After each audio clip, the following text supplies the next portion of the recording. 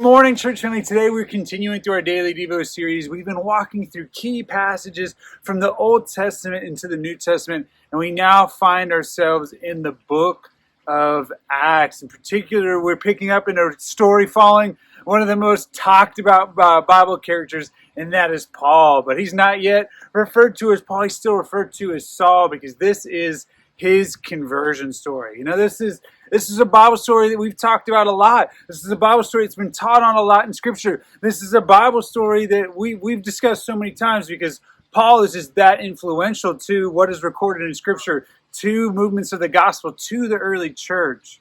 But what I want to say here is that the main character is not Saul/Paul. The main character is God.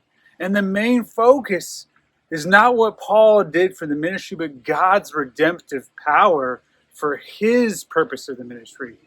What we see here is Paul starts off with this goal of, I was just a part of Stephen's martyring, of Stephen's killing. I've been really persecuting the church, ravaging a lot of believers. I want to go to Damascus. I heard there's a group of believers there that I want to persecute, that I want to stop because I hate Christianity. I'm opposed to Christianity. My view of God and what I believe is right, my law, my religious system. I hate Christians. He's a man that was a part of the first martyr, the first killing of a believer, and he was someone who they championed as, you're kind of the champion of this. They put the robes at his feet, and he was just seen as this symbol of persecuting Christianity. And that's what he was going to Damascus to do. And like we know, we see in Scripture, we know that he encounters God there. God meets him there. God blinds him and confronts him basically. Why are you persecuting me? You think you've been living for me in your twisted way. You've not. You've been persecuting what I am truly doing. And through this time of blindness, God gives him this vision to meet this man Ananias, and Ananias would be the one that helps him regain his sight.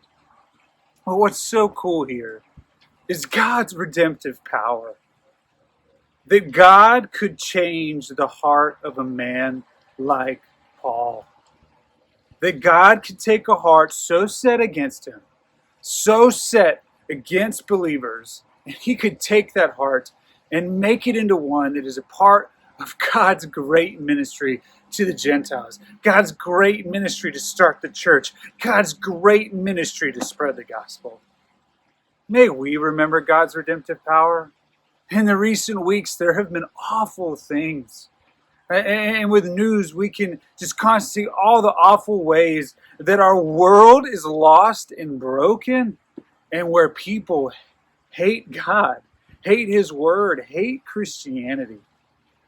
Last week, we saw a man who professes the gospel, who stands on a platform making God known. We saw him murdered for that gospel. But what we know is God can still redeem that. God can still redeem the brokenness of that situation, the brokenness of our world. And yeah, it's hard. I'm not saying it's not hard. And I'm not saying it's super difficult to understand how He can, but He can.